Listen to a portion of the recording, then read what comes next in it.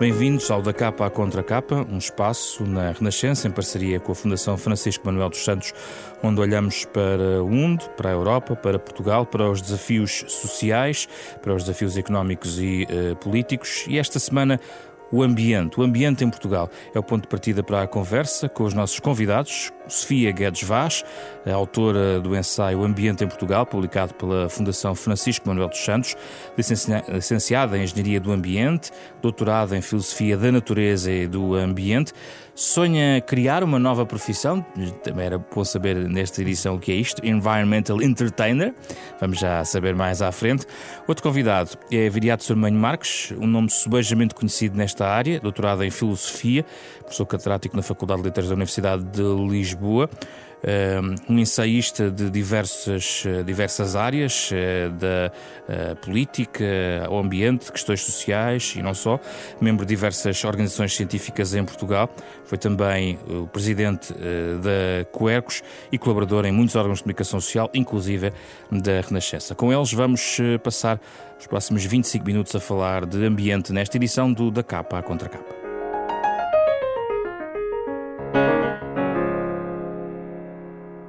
Sejam bem-vindos, obrigado pela vossa presença. Vamos então à conversa e começo por uma provocação, porque Sofia Guedes Vaz, no seu livro Ambiente em Portugal, desafia a ideia de que estamos a viver uma crise ambiental. Afinal, há ou não uma crise ambiental? Depende sempre da perspectiva. Então. Eu gosto de pensar que não estamos numa crise ambiental, mas estamos assim numa fase de transição. Pensando que a crise é um estado em que vamos melhorar, é uma crise, temos uma crise de estômago e depois passa, e a crise ambiental não vai passar, e portanto se calhar mais do que numa crise ambiental estamos num estado de transição, e estamos num estado de transição para algo de pior. Transição entre que estados? Partimos de onde a transição existe e para onde é que caminha? Nós estamos Existem vários problemas ambientais e eu acho que não vão melhorar nunca, e os grandes problemas ambientais, que é os dois principais, que são as alterações climáticas e as ameaças à biodiversidade, vão piorar. E, portanto, é por nunca irmos melhorar que eu acho que mais que de crise estamos numa transição. E temos que nos habituar e temos que pensar e fazer cenários para ver para onde é que queremos ir. Coloquei esta pergunta logo ao início porque Viriato Sormanho Marques tem levantado sempre esta questão da crise ambiental em que nos encontramos. Há ou não crise ambiental?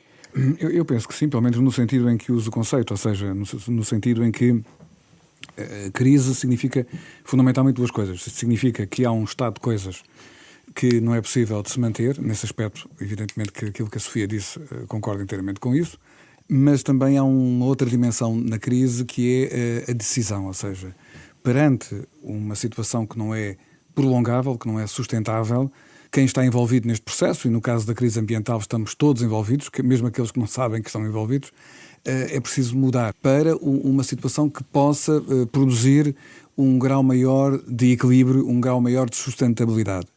Se tivéssemos que fazer um cálculo probabilístico, eu diria que neste momento a tendência, digamos assim, para esta crise degenerar num processo mais entrópico, não é? Que é uma palavra que significa fundamentalmente que as coisas se complicarão ainda mais, provavelmente, com toda a franqueza, parecem mais prováveis, não é? E temos muitos sintomas de entropia, não é? Temos muitos sintomas de, por exemplo, na política internacional, o aparecimento à frente do maior país do mundo que deveria liderar as grandes questões.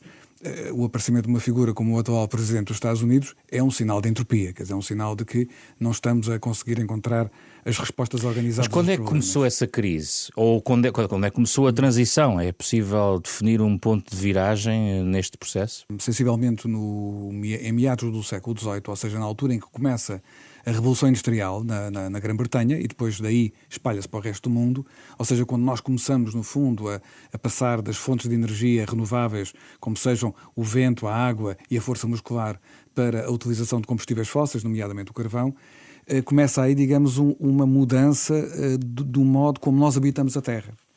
E todos os grandes indicadores, desde o consumo, a produção, a população, a poluição, etc., tudo isso começa a aumentar de forma muito intensa a partir de meados do século XVIII e há uma grande aceleração a partir do meados do século XX, a seguir à Segunda Guerra Mundial. Sim. Temos aí uma intensificação extraordinária. É o mesmo cronograma que segue Sofia Guedes Vaz. É óbvio, não é? De facto, a Revolução Industrial começa o processo e depois foi sempre um processo ascendente e cada vez mais acelerado. E, de facto, nos últimos 50 anos, nos últimos 60 anos, é quando, de facto, começa, talvez nos anos 70, que é também quando o ambiente entra na política, não é?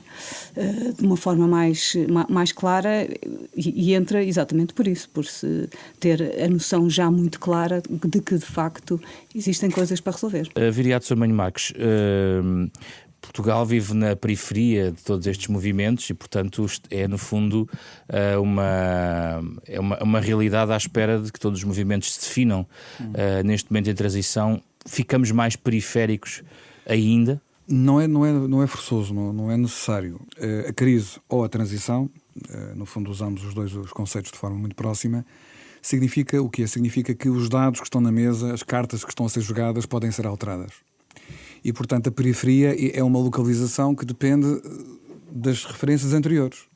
O que significa que qualquer país que tenha capacidade de perceber que há uma transição, que há uma mudança, pode mudar a sua posição relativa. E eu penso que isso é possível para Portugal, como foi possível para a China. Que a China não depende hoje, do tamanho dos países, das economias. Não depende só da massa crítica. A verdade também é que Portugal está a ampliar a sua massa a partir do momento em que entramos na União Europeia. Nós estamos, de forma arriscada, a tentar, no fundo, projetar o nosso corpo num corpo maior. Então a aposta em energias renováveis é um sinal dessa ruptura? É um sinal dessa ruptura, é um sinal de que nos podemos posicionar de uma forma diferente, ou seja, podemos sair da periferia para o centro. Posso dar um indicador aqui para os nossos ouvintes. A Alemanha está a celebrar o facto de, depois de 20 e tal anos do que eles chamam a viragem energética, a Energiewende, terem 32% da eletricidade produzida a partir de fontes renováveis. Foram muitos milhares de milhões de euros gastos nesse processo. Ora, Portugal, neste momento, está muitas vezes confortavelmente acima de 60% da eletricidade produzida a partir de fontes renováveis.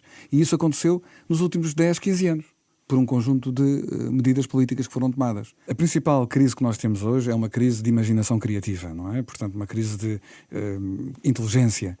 E quando é possível, na política e na economia, percebermos as tendências para onde vamos e tentar contrariar, nós podemos ter resultados muito interessantes. Por exemplo, hoje, no domínio energético, é extraordinário verificar que nem sequer uma política como a do atual Presidente dos Estados Unidos vai conseguir travar a transição para uma economia onde a energia está cada vez mais descarbonizada, onde as renováveis têm um peso cada vez maior. Aí é o Trump que se coloca na periferia deste movimento todo. Exatamente, ele é como alguém que no século XIX estivesse a defender o uso das diligências e dos cavalos como forma de tração na altura em que o automóvel já estava nas estradas.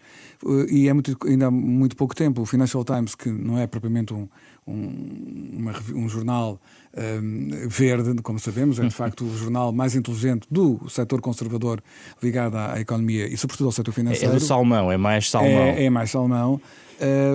Dedicava um dossiê muitíssimo bem construído, mostrando como é que os fundos de investimento, os fundos de pensões, o capital de risco, não tanto a banca tradicional, é muito curioso, estão neste momento completamente a ignorar aquilo que acontece na política e estão a apostar nas energias alternativas. Porquê? Porque não por uma questão filantrópica, não é? Mas porque realmente os progressos estão a ser extraordinários e quem ficar para trás perde cota de mercado. Sofia Guedes Vaz, e este movimento destrói esta divisão em pontos cardeais do ponto de vista económico, norte versus sul, oeste versus oeste. Também destrói, tal como estávamos aqui a desconstruir no fundo a ideia de periferia e centro neste tipo de movimentos? Sim, pode. O Sul tem grandes vantagens, não é? E a nossa aposta em energias renováveis também tem muito a ver com o clima que nós temos e com as horas de sol que nós temos e também o vento. Hoje em dia a energia eólica é mais do que a energia solar, mas eu acho que entre as duas vai ser o grande... Vai ser nessas áreas que nós vamos conseguir de facto produzir a maior parte da nossa eletricidade. O Sul e o Norte, não sei. É mais difícil de dar cabo dessa barreira. É uma questão muito, muito complicada, mas eu acho que o Sul é o bom caminho, não é? Só precisamos de aprender uma ou outra coisa do Norte, mas nós é que estamos bem, nós é que temos uma boa vida. No seu livro faz uma análise também das tendências dos últimos anos relacionadas com Portugal e há uma espécie de consenso na comunidade da área ambiental em relação ao papel da Europa na mudança das nossas políticas ambientais, nomeadamente a entrada na Comunidade Económica Europeia. Também partilha dessa ideia, a ideia de que, até por via legislativa, aí tornámos-nos mais próximos do centro, estávamos de facto numa periferia um pouco acentuada em questão ambiental? A Europa é o centro do ambiente para todos os Estados-membros, não só para Portugal.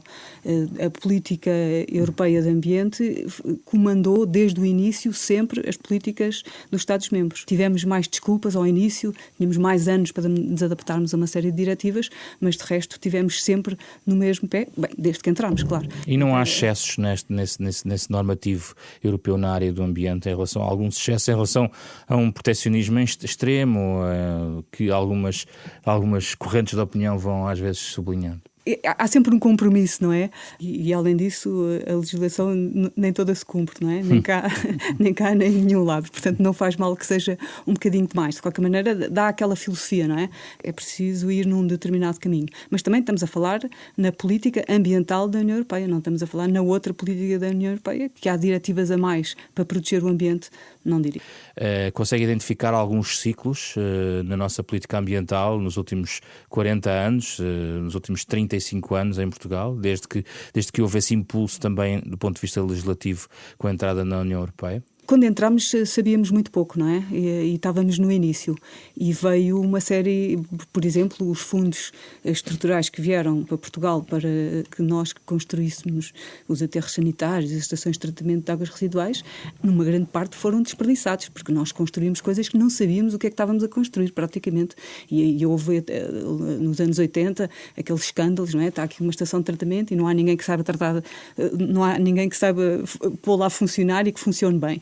Portanto, no início, acho que houve ali uma fase de transição do próprio país que não tinha esse conhecimento, mas que rapidamente o ganhou, e nós, em Portugal, é espetacular, mas espetacular mesmo, e somos um exemplo para muitos outros países, como é que nós conseguimos dar o salto, não é? Nós, hoje em dia, em termos de água, em termos de resíduos sólidos, lixo, fizemos um avanço brutal. Os indicadores básicos, saneamento, tudo, não é? 97% da água que bebemos na torneira é de boa qualidade.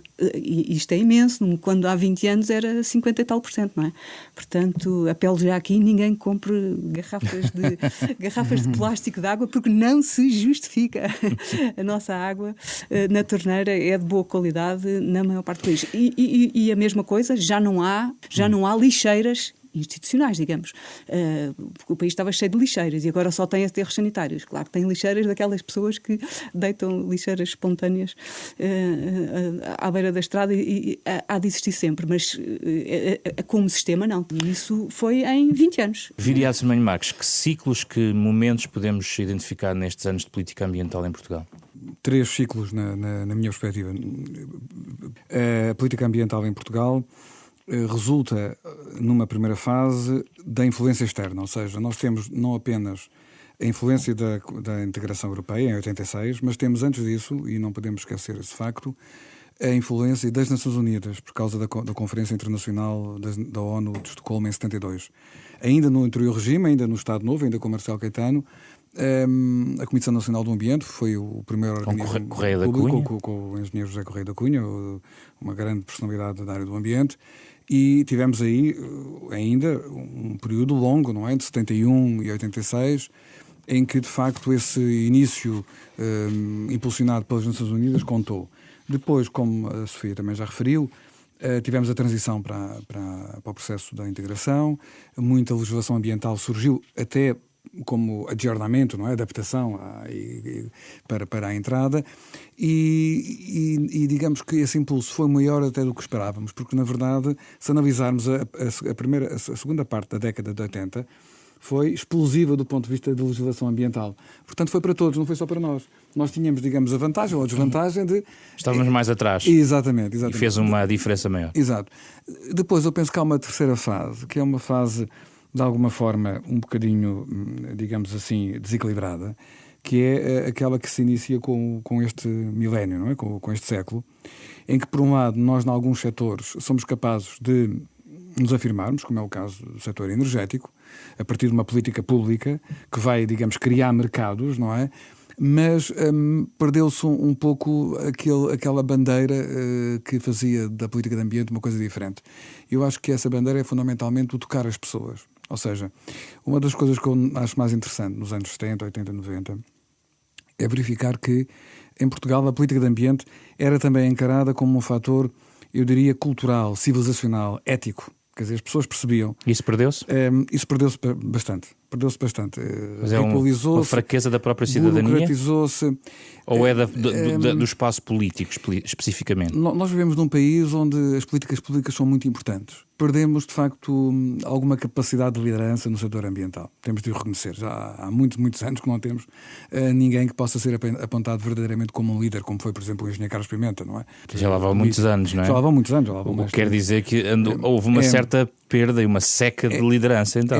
Entramos um pouco numa rotina quando ainda não temos condições para isso, não é? Mas os cidadãos estão interessados nas questões ambientais? Os cidadãos estão interessados e parece-me uma coisa que me deixa muito surpreendido e eu diria até contente com o nosso país e connosco. A maioria esmagadora da população portuguesa, apesar das dificuldades todas, não desistiu ainda de equacionar o seu futuro num quadro que eu direi cosmopolita. Ou seja, em relação com o outro, numa interação com os outros. E intergeracional. Intergeracional. Em contrapartida, nós temos, em grandes países europeus do Sul, como é o caso da França, apesar de ser um país um pouco intermédio, nós temos uma grande parte da população que efetivamente, neste momento, já desistiu disso. Avança para um futuro onde a ideia da fragmentação e não do cosmopolita aparece como viável. Sofia, o que é que se passa entre os cidadãos portugueses e o ambiente hoje em dia? Como o Viriato disse, no início havia tudo por fazer e estávamos todos muito entusiasmados com o ambiente. Depois, quando os problemas à nossa volta se resolvem, não é? E que é o da água, praias, as bandeiras azuis, os aterros sanitários, e os portugueses ficaram com esta ideia de que se eu reciclar, já estou a fazer tudo aquilo que devo. E, portanto, alguém me pergunta, então o que é que faz pelo ambiente? Eu reciclo. Ponto final, parágrafo e já fiz. E é aí que estamos neste momento? E eu acho que é aí que estamos neste momento. E por isso eu até gosto de dizer, eu não gosto nada de falar de reciclagem. E claro que é importante, sim, é muito importante, mas é só o início. E portanto, o que é que os portugueses podiam fazer mais? Um ou dois exemplos. O grande problema ambiental está ligado ao sistema económico e ao sistema de produção e de consumo, não é? Portanto, basicamente o que nós temos que fazer é produzir menos e consumir menos. E o sistema de transportes, por exemplo, pode ser mas isso já existe, por exemplo, explodiu a mobilidade sustentável, digamos assim. Sim. Por exemplo, nas cidades estão carregadas agora de ciclovias, hoje em dia. É uma moda, digamos assim, também. E aí também há comportamentos. Sim, há mais gente a ir para o trabalho ou estudar de bicicleta, por exemplo. Sim, em 2030 diz que não vamos ter quase carros a gasolina, não é? Portanto, nem sei porque é que ainda estamos a pensar ali a ir buscar petróleo à Costa Vicentina. Os alemães em 2030 já não vão construir carros a gasolina, não é? Vão ser só carros elétricos. Já não falar da explosão do carro elétrico como negócio que está a florescer. Pode ser que de facto aí exista esse casamento entre a economia e o ambiente. Vamos ver. Mas sim, a mobilidade é uma área em que podemos ainda trabalhar muito. As infraestruturas estão a ser construídas, é as políticas públicas que o estão a fazer, não é? Estão a fazer ciclovias antes de haver bicicletas. De facto, energia. É curioso esta ligação entre os comportamentos privados e as políticas públicas, não é, Viriato? É verdade. Sim, isso é de facto a chave, não é? A chave. Eu julgo que o sucesso que podemos esperar das políticas ambientais e, digamos, da transição em relação à crise ambiental passará sempre por esta capacidade de as pessoas ajudarem, digamos assim, a mudar aquilo que é esperado delas. Fundamentalmente, a nossa sociedade está construída de um modo em que o que se espera de todos nós é que sejamos cidadãos cumpridores das suas obrigações e consumidores muito atentos. E é preciso ir mais do que isso. Quando nós mudamos o nosso padrão na política de transportes individual ou na política de consumo, a forma como nós consumimos, quando escolhemos produtos que são produzidos no país, que não têm muitos custos de transporte, nós estamos, no fundo, a assumir um controlo inteligente sobre as nossas vidas. E isso passa muito, digamos, penso que é uma chave... Um ato de defesa da soberania. É uma chave muito, muito importante da nossa vida. Por outro lado, também, eu julgo que aquilo que está em cima da mesa do ponto de vista político e discute-se muito no seio das diferentes correntes do movimento ambientalista, é saber se esta transição vai permitir conduzir a um mundo cosmopolita, como eu disse há pouco, globalizado, mas com instituições onde é possível uma respiração democrática e onde é possível estas questões de baixo consumo, descarbonização serem discutidas, o que significa um mundo onde efetivamente há contactos, comunicação, interação, comércio, mas ao mesmo tempo há um domínio muito grande das instâncias de poder local, ou seja, há um domínio muito grande dos municípios, das freguesias, das comunidades locais, ou se estamos condenados, como alguns dos nossos amigos e companheiros da jornada pensam, que estamos, no fundo, condenados a uma situação de fragmentação e, de certa forma, as comunidades que, no seio do movimento de transição, estão a ser constituídas, são um bocadinho comunidades para o dia seguinte, não é? Para o day after. Podemos ter uma brusca ruptura da escala global que temos, ou seja, as coisas por este caminho, se romperem, não vão romper suavemente, vão romper de forma brutal.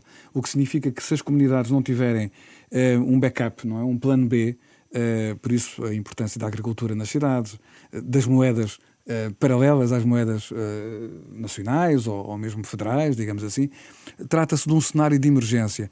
E eu penso que isso é de uma grande inteligência, ou seja, nós temos de estar preparados para tudo, embora evidentemente que não podemos deixar de desejar o melhor. Quer dizer, e o melhor não é isso. O melhor justamente é sermos capazes de manter uma estrutura complexa, intensa, mas evidentemente calibrada com estas preocupações que são estruturais do software ambiental, não é? Talvez sejam as lideranças globais que se dirigem a todas as pessoas que possam fazer a diferença.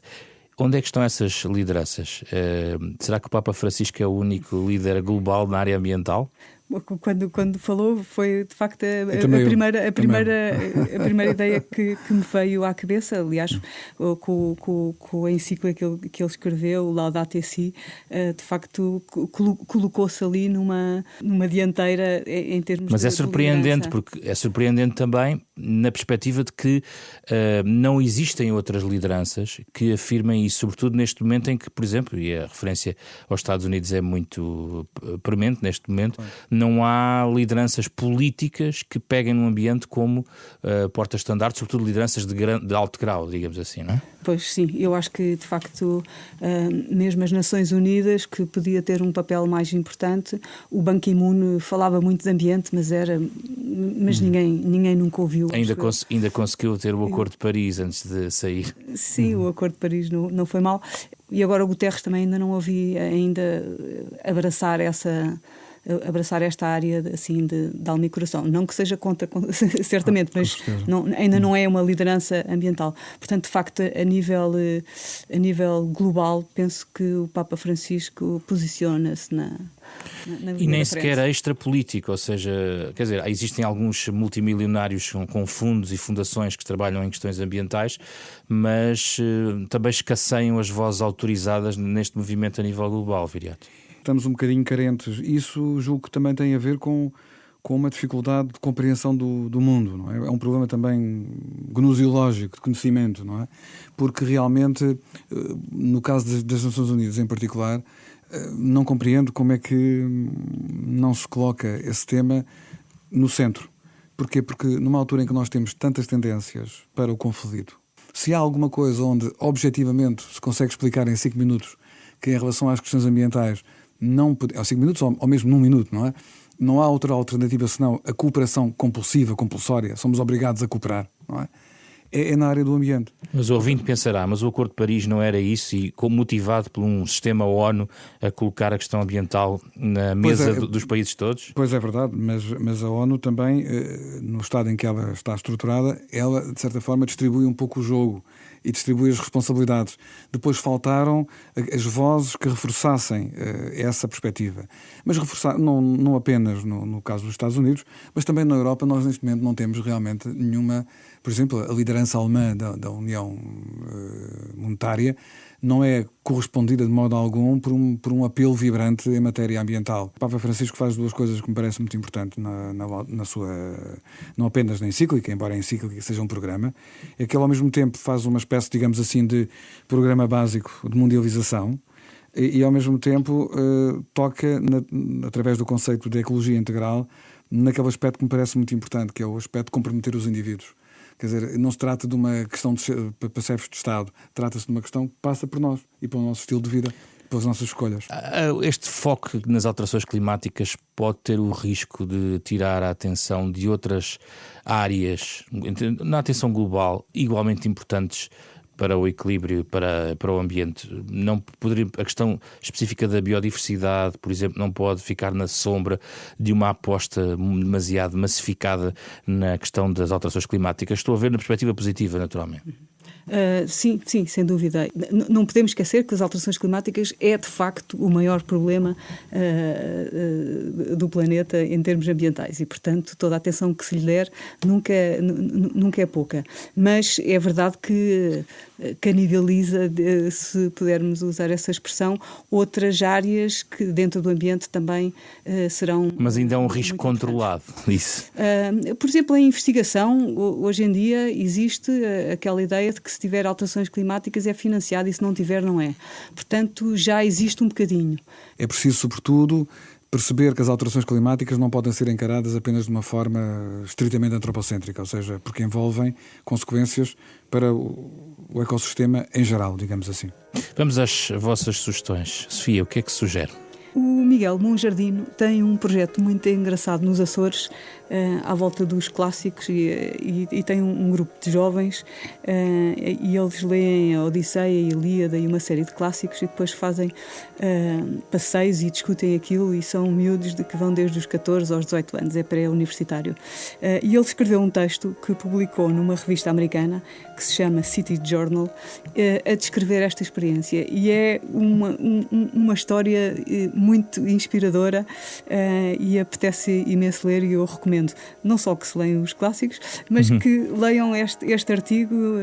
Penso que será fácil googlar Miguel Monjardino, City Journal, e depois ler esse artigo. Fica a sugestão. Viriato. Eu recomendava um filme, um documentário chamado Amanhã, no original Demain, visto que é francês, produzido por Cyril Dion e Mélanie Laurent.